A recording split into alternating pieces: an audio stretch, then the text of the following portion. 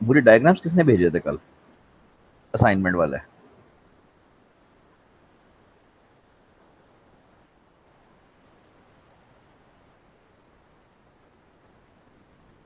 बहुत ही ज्यादा अच्छे थे जिसके भी थे। मैंने डिटेल में तो नहीं चेक किया, लेकिन this is how DFD should look ना, मतलब वो एग्जैक्टली यही था जो, यही मैं आपके पीछे पड़ा हुआ था कि खुद बना लो खुद बना लो, पता नहीं खुद बनाए हैं या कॉपी की हैं, जो भी किया। बल थे बिल्कुल ठीक, बहुत अच्छे थे। इसमें कोई राइट रॉन्ग आंसर नहीं होता, मैंने आपको पहले बताया। अह, जैसे जैसे कंप्यूटर साइंस में आगे जाओगे, डायग्राम्स तुम्हारी जान खाते रहेंगे, काफी ज्यादा डायग्राम्स इन्वॉल्व हो जाते हैं Aahista Aahista. Class diagram, inheritance model, object model, ये इसमें ही तुमने तीन चार डायग्राम इसमें कर लिया तुमने। लेवल 0 कर लिया है, लेवल 1 कर लिया है, ईआर डायग्राम कर लिया है, और अभी इस किताब में भी और आगे हैं। तो ये डायग्राम्स कभी भी अगर तुम पांच बंदों को दो बनाने के लिए और उसको एक सिचुएशन बता दो, तो वो सेम नहीं बनाएंगे, कभी भी सवाल ही पैदा नहीं होता। हर कोई अपनी अकल से उसको डेवलप करता है। तो इसमें कोई राइट रॉन्ग जवाब नहीं होता। तो इसमें ये होता है कि मतलब तुमने टूल्स सही इस्तेमाल किए हैं, निशान सही लगाए हैं, चेक इसमें ये वाली चीजें होती हैं बेसिकली। बल खैर बहुत अच्छे थे जिसने भी भेजे थे, एक ही बंदे ने भेजे थे। अच्छा, तो हम आगे चलेंगे। हम अब लॉजिकल डेटाबेस डिजाइन के फेज पे आएंगे। अब मैं रिवाइज नहीं कर रहा क्योंकि ये बच्चों वाली बातें हैं। तीन डिजाइन फेजेस हमने पढ़े थे पहले। एक कॉन्सेप्चुअल था, एक लॉजिकल था, और एक फिजिकल था। कॉन्सेप्चुअल में आपको उस वक्त समझाया था कि बेसिकली आप डायग्राम्स ही बनाते हो। तो अभी पिछले 10 लेक्चर से जो आप कर रहे थे वो कॉन्सेप्चुअल ही था। उसमें आपने एक रियल वर्ल्ड की सिचुएशन पकड़ी, उसको कागज पे डायग्राम की शक्ल में उतारा। वो डायग्राम्स दो किस्म के बेसिकली किए, डीएफडी किया और ईआर किया। ईआर कदरे ज्यादा मोर इंपॉर्टेंट है देन डीएफडी, लेकिन बहरहाल दोनों इस्तेमाल होते हैं। तो अब हम लॉजिकल डेटाबेस डिजाइन करेंगे। इसमें ये होएगा कि हम कुछ डेटाबेस की जबान में काम करना शुरू करेंगे, कुछ एक्चुअली डेटाबेस की जबान में काम करेंगे। लेकिन डेटाबेस बनाएंगे नहीं अभी भी, बनाना तो फिजिकल उसके अंदर आता है। तो इसकी जरा पिच तैयार करनी पड़ती है, इसको करने के लिए इस पे काफी काम करना पड़ता है। ये क्या है? अच्छी बातें लिखी हुई हैं वैसे। वो कह रहे हैं कि कॉन्सेप्चुअल और लॉजिकल में फर्क काफी कम होता है। तो फर्क एक्चुअली होता क्या है? मैंने तो आपको इस तरह से समझाया था कि कॉन्सेप्चुअल बेसिकली वो डायग्राम्स वाली स्टेज है, और लॉजिकल में एक्चुअली आप डेटाबेस के थोड़ा सा करीब आ जाते हो। अब टेक्निकल फर्क ये है कि कॉन्सेप्चुअल में आप कोई डेटा मॉडल सेलेक्ट नहीं करते। अब डेटा मॉडल क्या होता है? डेटा मॉडल्स काफी सारे होते हैं। फिलहाल आप रिलेशनल डेटा मॉडल पढ़ने लगे हो, आप आज स्टार्ट करोगे रिलेशनल डेटा मॉडल। ये एक डेटा मॉडल है जिसमें टेबल्स होती हैं, रिलेशनशिप्स होते हैं, प्राइमरी कीज होती हैं। लेकिन जरूरी नहीं है कि यही डेटा मॉडल हो, देयर आर अदर्स। एक ऑब्जेक्ट ओरिएंटेड डेटा मॉडल भी होता है, एक फ्री फॉर्म भी होता है। तो जब हम लॉजिकल डिजाइन की बात करते हैं तो हमें डेटा मॉडल सेलेक्ट करना पड़ता है। हम एक स्पेसिफिक डेटा मॉडल पकड़ के उसके गुलाम बन के उसके ऊपर काम करना शुरू करते हैं। कॉन्सेप्चुअल में ये आज़ादी होती है कि कोई डेटा मॉडल सेलेक्ट नहीं करना, जनरल बातें करनी है। तो इन दोनों में मेजर फर्क बेसिकली ये होएगा। अच्छा, अगर यहाँ पे मैं एक तीसरा कॉलम फिजिकल का भी बना दूं ना, तो फिजिकल में जाके ये होता है कि फिर आपको डीबीएमएस सेलेक्ट करनी पड़ती है। आपको एक्चुअली एक डेटाबेस मैनेजमेंट सॉफ्टवेयर सेलेक्ट करनी पड़ती है जिसके अंदर आप डीबी अपनी बनाओगे। तो कंसेप्चुअल में टोटल फ्रीडम है। लॉजिकल में आपको डेटा मॉडल चूज करना पड़ता है, फिर आप काम करते हो। और फिजिकल में जाके तो आपको डेटाबेस मैनेजमेंट सिस्टम भी चूज करना पड़ता है, वो सॉफ्टवेयर भी चूज करनी पड़ती है जिसके अंदर आप काम करोगे। तो ये आहिस्ता आहिस्ता इसके फेजेस जो आगे जाएंगे। अच्छी टेबल है यार, इसको प्लीज पढ़ना गौर से। अच्छी टेबल है। अच्छा जी, हम स्टार्ट करने लगे हैं रिलेशनल डेटा मॉडल।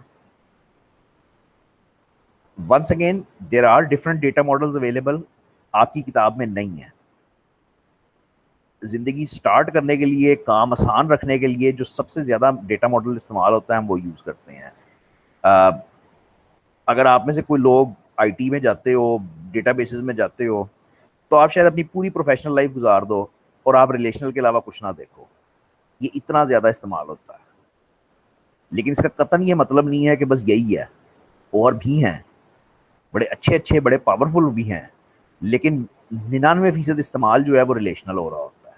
तो इसलिए ये स्टूडेंट्स को पढ़ाया जाता है कि बिकॉज मतलब ये बिल्कुल बुनियादी वो है। तो ये जो पॉपुलर है वो दो वजहों से है। ये सिंपल है, वाकई सिंपल है, इंतहाई सिंपल है कंपेयर टू अदर्स।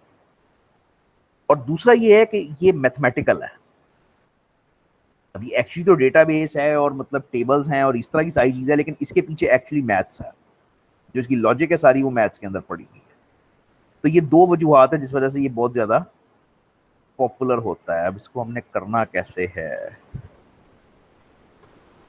सीधा स्टार्ट ही हो जाता है। ठीक है, ठीक है, ये कुछ हिस्ट्री लिखी हुई है रिलेशनल डेटा मॉडल के बारे में, तो बस पढ़ लेना है गैस, और क्या कहूँ। स्टार्ट करते हैं इसको। मैंने साथ साथ लिखना इसका वैसे बनता नहीं है, लेकिन एक दो बातें लिख देता हूँ जो बहुत ही ज़रूरी हैं। रिलेशनल डेटा मॉडल, इसमें ये जो वर्ड रिलेशन है ना, इसका मतलब टेबल है। रिलेशनल डेटा मॉडल का जो बेसिक एलिमेंट है जिसमें काम होता है उसको रिलेशन कहते हैं, तभी इसका नाम रिलेशनल है। और रिलेशन का मतलब टेबल होता है। यानी जब तुम रिलेशनल डेटा मॉडल में चीजें देखोगे तो तुम्हें टेबल्स नजर आएंगी, तुम्हें डेटा नजर आएगा टेबल की शक्ल में, स्टूडेंट आईडी, स्टूडेंट नेम। ठीक है, इसमें इस टेबल की रो को टुपल कहते हैं और कॉलम को फील्ड कहते हो, फील्ड या एट्रीब्यूट।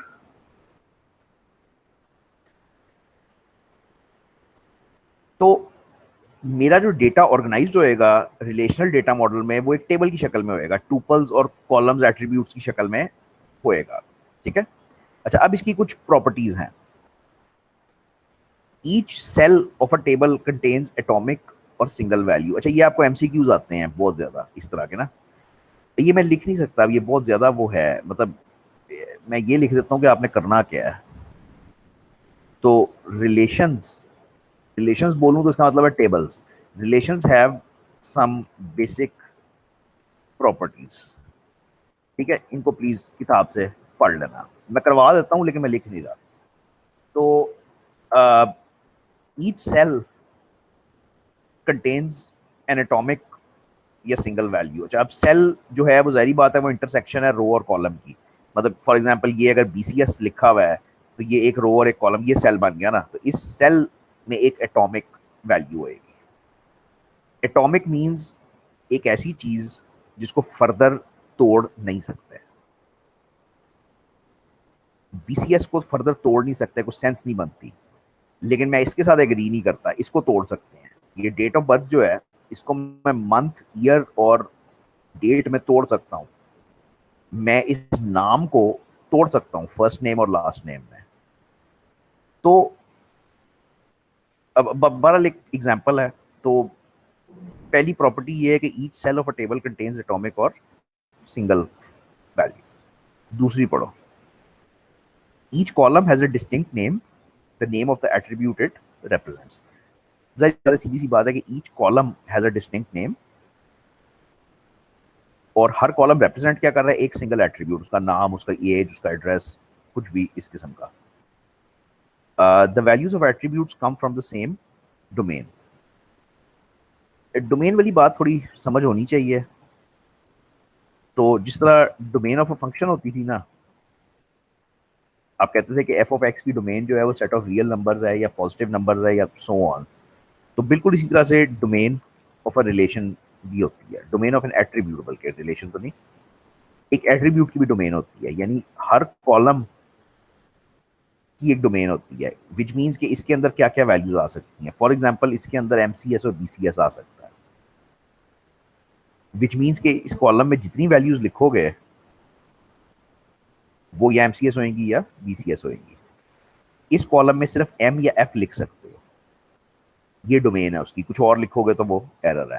तो each column has a distinct name, उसका एक अपना नाम है, एंड द नेम, सॉरी ये नहीं, ये the values of attributes come from the same domain.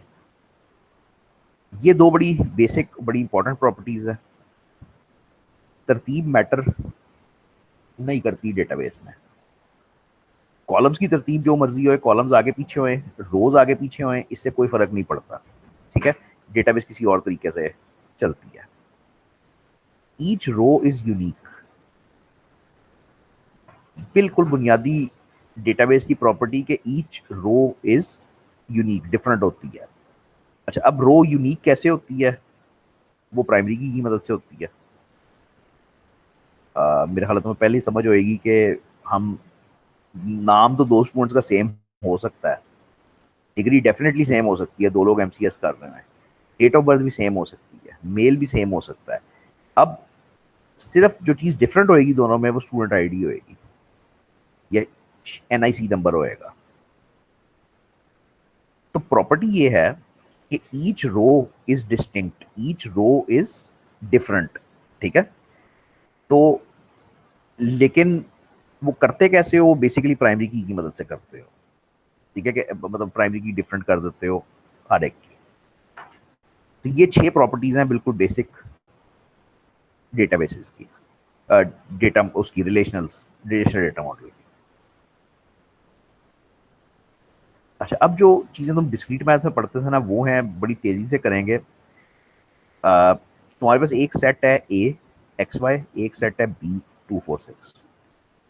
तुम्हें याद होगा तुम इनका कार्टेशियन प्रोडक्ट लेते थे, ए क्रॉस बी करते थे। अगर नहीं याद तो अब देख लो, और कुछ पूछना तो पूछ लो।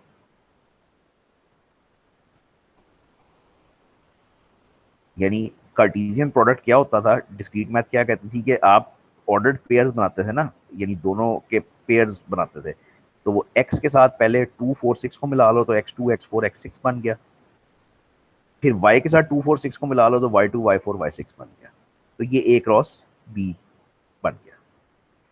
अब इसमें से रिलेशंस निकालते थे, उसमें डिस्क्रीट मैथ में भी यही करते थे कि a relation is some subset of a cartesian product. इस कार्टेशियन प्रोडक्ट में से कोई सबसेट निकालते थे। तो फॉर एग्जांपल ये 4 चीजें निकली, इनको हमने कहा ये रिलेशन 1 R1 है। ये 3 चीजें निकली, हमने कहा ये R2 है। मैं आता हूँ इसकी तरफ कि ये क्या था। अगेन, मेरे पास एक सेट है नेम का, एक सेट है एज का। अगर मैं इसका कार्टेशियन प्रोडक्ट बनाऊं तो ये तो बड़ा लंबा चौड़ा बनेगा, क्योंकि मुझे अली को मिलाना है पहले 15 के साथ, 16 के साथ, 17 के साथ, हर एक के साथ मिलाना है। अब ये कंप्लीट नहीं लिखा हुआ, लेकिन बहरहाल इमेजिन करो कि ये एक कार्टेशियन प्रोडक्ट का सेट लिखा हुआ है। अब इसमें से जब एक सबसेट निकालते हो, फॉर एग्जांपल कोई एक 10वीं की क्लास निकालते हो, तो वो एक क्लास होएगी ना, वो मतलब कुछ 3 4 चीजें होएंगी।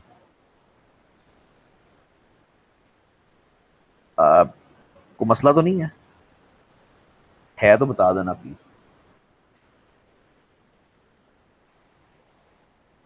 एक सेकंड।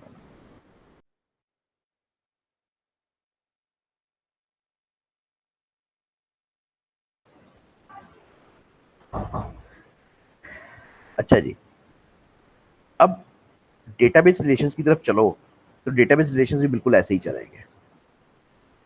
मेरे पास ये ऐसे लिखा हुआ होएगा, मेरे पास स्टूडेंट, ये लिखा हुआ इस तरीके से होता है, मेरे पास स्टूडेंट का रिलेशन है, कैपिटल लेटर्स में लिखा होता है टेबल का नाम या रिलेशन का नाम, और ब्रैकेट में उसके एट्रीब्यूट्स लिखे होते हैं कि उसके कॉलम्स क्या क्या चल रहे हैं। अच्छा, इसी तरह से उसको, अगर आपने एक इंस्टेंस की बात करनी है, एक स्टूडेंट, देखो ये टेबल का नाम लिखा हुआ है, ये एट्रीब्यूट्स लिखे हुए हैं। अब अगर तुमने किसी एक रो की बात करनी है, तो वो ज्यादातर इस तरह लिखा होता है, वैसे कम ही इस्तेमाल करते हैं ये कि स्टूडेंट आईडी ये है, स्टूडेंट नेम ये है, बल कम ही इस्तेमाल करते हैं इस तरह से। अच्छा भाई, अब इस पे कोई एक्चुअल काम करना शुरू करें। तो पहले तो ये बताओ कि ये बिल्कुल क्लियर है कि A cross B is usually not equal to B cross A. बराबर हो भी सकते हैं, बट ज्यादातर होते नहीं है।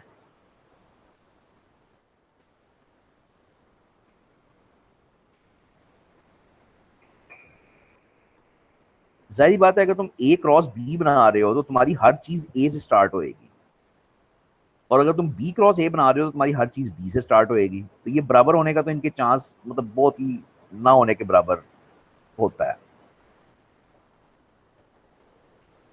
Definitions, degree of a relationship, sorry relation, बड़ा जमीन आसमान का फर्क है। रिलेशन टेबल को कहते हैं, रिलेशनशिप वो था जो आपने ईआर डायग्राम में पढ़ा था, ठीक है। और ये गलत लिखा हुआ है बार बार, ये लिखा हुआ है वी विल नाउ, अच्छा सॉरी ये सही लिखा हुआ है, we will now discuss the degree of a relation, not to be confused with degree of a relationship, उसको भूल जाओ। अच्छा, तो एक टेबल की डिग्री होती है उसकी नंबर ऑफ रोज, तो इसकी डिग्री है 1 2 3 4 5, इसमें 5 रोज हैं, तो इसकी डिग्री 5 होएगी। गलत कह रहा हूं, सॉरी गलत कह रहा हूं। डिग्री कहते हैं कॉलम्स को, यानी इसमें कॉलम्स कितने हैं, और कार्डिनैलिटी कहते हैं कि उसमें रोज कितनी है। वंस अगेन दो डेफिनेशंस हैं छोटी छोटी सी।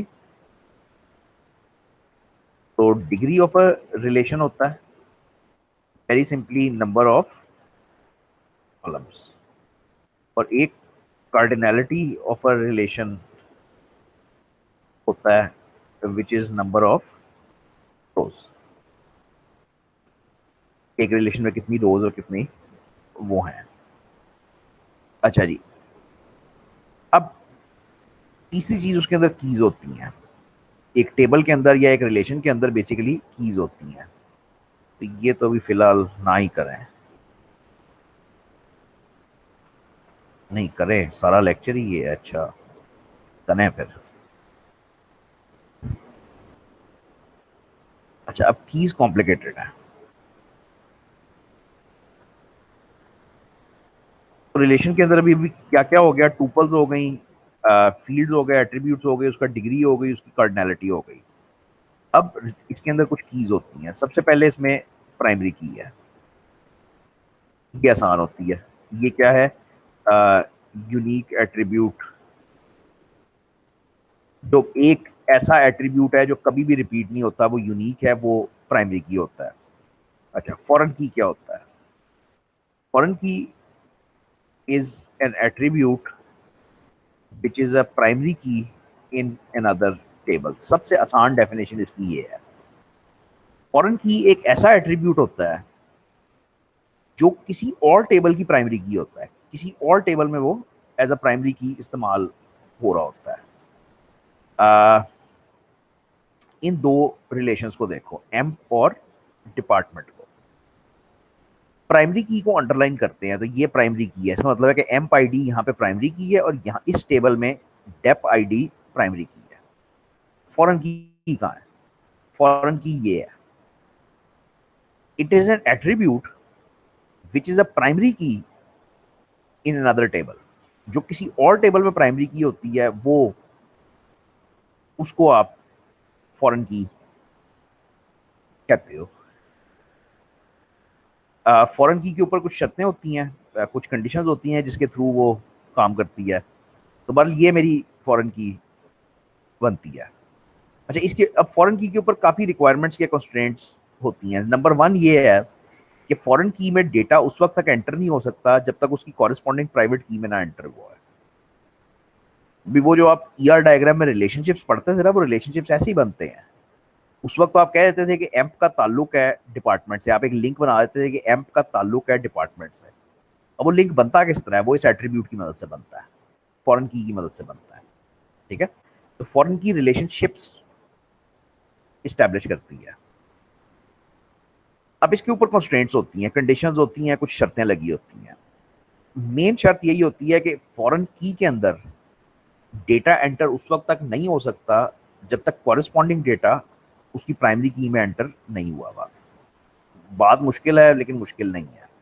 समझो मैंने एक नया डिपार्टमेंट स्टार्ट किया है, 110 नंबर डिपार्टमेंट है। जब मैं एक एम्प्लॉई को उसके अंदर नौकरी देता हूं तो मैं लिखूंगा ना कि फलाने एम्प्लॉई को मैंने 110 में डाला है, लेकिन अगर उस 110 की एंट्री अभी डिपार्टमेंट में हुई नहीं हुई, वो डिपार्टमेंट बना ही नहीं है अभी, यानी यहाँ पे 110 लिखा ही नहीं है मैंने, तो फिर कोई सेंस नहीं बनती कि मैं एम्प्लॉई को 110 में डालूं। तो फॉरेन की के ऊपर ये शर्त होती है कि पहले उसकी पेरेंट टेबल में एंट्री होती है, डेटा आता है, फिर फॉरेन की पॉपुलेट होती है। ये कंस्ट्रेंट होती है, इसका नाम पता नहीं क्या होता है, मेरा नहीं ख्याल कि कोई नाम मुझे सब पता है। अ, तो ये वो निशान है कि प्राइमरी की को अंडरलाइन करते हो ज्यादातर, फॉरेन की को डॉटेड लाइन से अंडरलाइन करते हो। हाँ, ये भी देख लो, फॉरेन की को डॉटेड लाइन से अंडरलाइन करते हो। कंस्ट्रेंट्स, कंस्ट्रेंट्स वो हैं जो मैंने आपको बताई हैं अभी, कंडीशंस।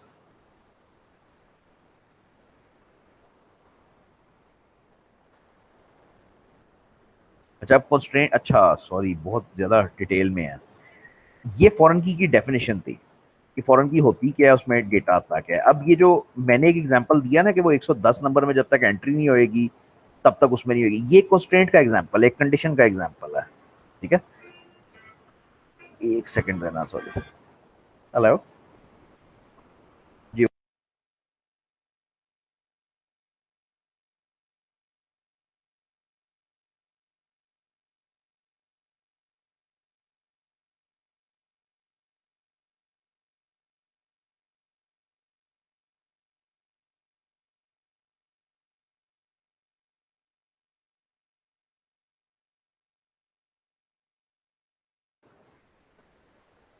अच्छा जी,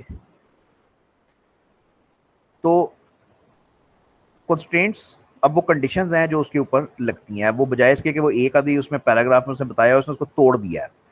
अब पहली उसकी कंस्ट्रेंट की एग्जांपल है एंटिटी इंटेग्रिटी कंस्ट्रेंट। मुझे नामों से बिल्कुल नहीं आता तो मुझे पढ़ना पड़ेगा। It states that in a relation no attribute of primary key can have a null value. जब तुम खुद भी पढ़ रहे हो तो प्लीज एक एक लाइन बस ढूंढ के उसको अंडरलाइन कर लिया करो, ठीक है। गुम ना होना हम कर क्या रहे हैं, हमें ये पता है कि प्राइमरी की क्या होती है, हमें ये पता चल गया है कि फॉरेन की क्या होती है। अब उसके ऊपर, इन चीजों के ऊपर बहुत सारी कंस्ट्रेंट्स हैं, कंडीशंस हैं जो लगती हैं। उनमें से पहली है एंटिटी इंटेग्रिटी कंस्ट्रेंट। ये क्या है? Very simple, no attribute of primary key can have a null value. खत्म, प्राइमरी की नल नहीं हो सकती, इस बात को एंटिटी इंटेग्रिटी कंस्ट्रेंट कहते हैं। रेफरेंशियल इंटेग्रिटी कंस्ट्रेंट वो है जो मैंने आपको समझाई है।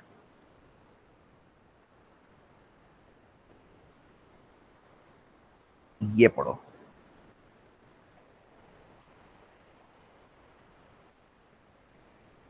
if a foreign key exists, then the foreign key value must match the primary key value of some tuple in its home relation. If a foreign key exists, then it must match the primary key value of some tuple in its parent relation. ठीक है, foreign की में entry उस वक्त तक नहीं हो सकती जब तक पेरेंट के अंदर एंट्री ना हुई हो। इसको रेफरेंशियल इंटेग्रिटी कंस्ट्रेंट कहते हैं। Significance of constraints, importance of constraints क्या होती है? ये डेटा कंसिस्टेंसी मेंटेन करती हैं। हम ऐसी ऐसी देखो ना, अगर हम ये for example referential integrity constraint नहीं लगाते फॉर एग्जांपल, तो इसका मतलब ये है कि हम तुम्हें जॉब दे देंगे डिपार्टमेंट नंबर 110 में, और डिपार्टमेंट नंबर 110 का वजूद ही नहीं होएगा। लेकिन अगर हमने ये कंस्ट्रेंट लगाई हुई है तो जैसे ही हम ये डेटा एंटर करने लगेंगे, डेटाबेस हमें चपेड़ मारेगी और कहेगी कि ये कौन सा डिपार्टमेंट एंटर कर रहे हो, ये होता ही नहीं है। क्वालिटी मेंटेन होएगी, इंटेग्रिटी मेंटेन होएगी, पता लग जाएगा कि अच्छा इस डिपार्टमेंट में तो अभी एंट्री नहीं हुई हुई, तो हम एम्प्लॉय कहाँ से डाल रहे हैं। तो ये कंस्ट्रेंट्स जो है बड़ी मदद करती हैं आपको डेटा को कंसिस्टेंट रखने में, अच्छी हाई क्वालिटी का रखने में। तो ये इसकी इंपॉर्टेंस होती है। नल कंस्ट्रेंट्स काफ़ी तंग करेंगी। नल वैल्यूज डेटाबेस में ये होती हैं कि जो कुछ वैल्यूज हैं जो नल हैं, जो खाली हैं बेसिकली ना, ठीक है। तो इसमें कंस्ट्रेंट क्या है? कंस्ट्रेंट ये है कि आप डेटाबेस बनाते वक्त ये डिफाइन करते हो कि फलाना कॉलम नल हो सकता है या नहीं हो सकता। बेसिकली हम ये डिक्लेयर करेंगे, वी डिक्लेयर एन एट्रीब्यूट नल और नॉट नल। हम बता देंगे कि ये एट्रीब्यूट नल हो भी सकता है या नहीं हो सकता। फॉर एग्जाम्पल, मैं अपना तुम्हारा एलएमएस का सिस्टम बनाते हुए ईमेल को नॉट नल डिक्लेयर कर देता हूँ कि ईमेल का कॉलम नल नहीं हो सकता। अब इसका मतलब ये है कि कोई भी स्टूडेंट जब डेटा भरने लगेगा तो वो ईमेल को खाली नहीं छोड़ सकता। तो अगेन नल कंस्ट्रेंट्स आपकी हेल्प करती हैं डेटा को कंसिस्टेंट रखने में, डेटा को मेंटेन करने में। डिफॉल्ट वैल्यू काफी बेसिक सी बात है कि मैं अगर किसी कॉलम की एक डिफॉल्ट वैल्यू सेट कर देता हूँ, फॉर एग्जांपल सिटी के कॉलम की मैं लाहौर सेट कर देता हूँ, विच मीन्स कि अगर तो स्टूडेंट ने डेटा देते हुए मुझे वहां पे सिटी लिख दी तब तो ठीक है, नहीं लिखी तो मैं उसको लाहौर से पॉपुलेट कर दूंगा। अगेन छोटी छोटी बातें हैं, काम आती हैं। Domain constraint quite important. Again city के ऊपर एग्जांपल देता हूँ। फॉर एग्जांपल सिटी में मैंने डिफाइन किया है कि मेरी सिटीज जो हैं वो लाहौर, कराची, इस्लामाबाद हो सकती हैं। तो मैंने सिटी की एक डोमेन डिफाइन कर दी ना कि बस सिर्फ ये 3 शहर ही आ सकते हैं, चौथा कोई नहीं आएगा। इसी तरह एज के कॉलम के ऊपर तुम 0 से 100 की डोमेन डिफाइन कर सकते हो कि एज में बंदा 0 से 100 तक की फिगर लिख सकता है और कुछ नहीं लिख सकता। तो ये डोमेन कंस्ट्रेंट होती है। अगेन तुम्हारे डेटा की क्वालिटी हाई रखेगी, मेंटेन करेगी। ठहर जो एक सेकेंड। हाँ, ये अब आगे से अगली बात शुरू हो गई है। लो भाई, ये हिस्सा काफी है तो जरूरी, लेकिन ये खुद पढ़ने वाला है सारा। ये यहां से शुरू होता है कि प्राइमरी और फॉरेन की क्या होती है। ठीक है, पहले तो ये क्लियर करो अपने दिमाग में कि प्राइमरी और फॉरेन की क्या होती है। फॉरेन की बड़ी आसान डेफिनेशन है, an attribute which is a primary key in another table. An attribute which is a primary key in another table. उसके बाद इसकी जो एक्चुअली जिस पे इसने फोकस किया है वो कंस्ट्रेंट्स हैं। तो एंटिटी इंटेग्रिटी कंस्ट्रेंट था कि प्राइमरी की नल नहीं हो सकती। रेफरेंशियल इंटेग्रिटी कंस्ट्रेंट था कि फॉरेन की में एंट्री उस वक्त तक नहीं हो सकती जब तक पेरेंट पे ना हुई है। कंस्ट्रेंट्स की इंपॉर्टेंस जरूर पढ़ना, लेकिन वो बेसिकली डेटा कंसिस्टेंसी और इंटेग्रिटी है। नल कंस्ट्रेंट हम बताते हैं कि हमारा फलाना कॉलम नल हो सकता है या नहीं हो सकता। डिफॉल्ट वैल्यू, हम एक कॉलम को एक डिफॉल्ट वैल्यू असाइन कर देंगे कि भाई अगर यूजर नहीं देता तो वो फिर ये हो जाएगी। डोमेन कंस्ट्रेंट, एक कॉलम के लिए हम डोमेन डिफाइन कर देंगे कि इसमें सिर्फ ये वैल्यूज आ सकती हैं और कोई नहीं आ सकती। और बस यहाँ पे मैं रुकने लगा हूँ। ये अब अगला टॉपिक है आरडीएम कंस्ट्रेंट। वो ये अब ये है कि एंटिटी, ये जो ईआर डायग्राम बनाया था ना उसको कन्वर्ट करना है इस टेबल्स और इनके अंदर। ठीक है आसान ही, लेकिन वो मतलब थोड़ा लंबा है, 2-3 लेक्चर्स के ऊपर है। ये इंशाल्लाह नेक्स्ट टाइम करूंगा। लो भाई बस, ठीक है, इंशाल्लाह अगले हफ्ते मिलेंगे।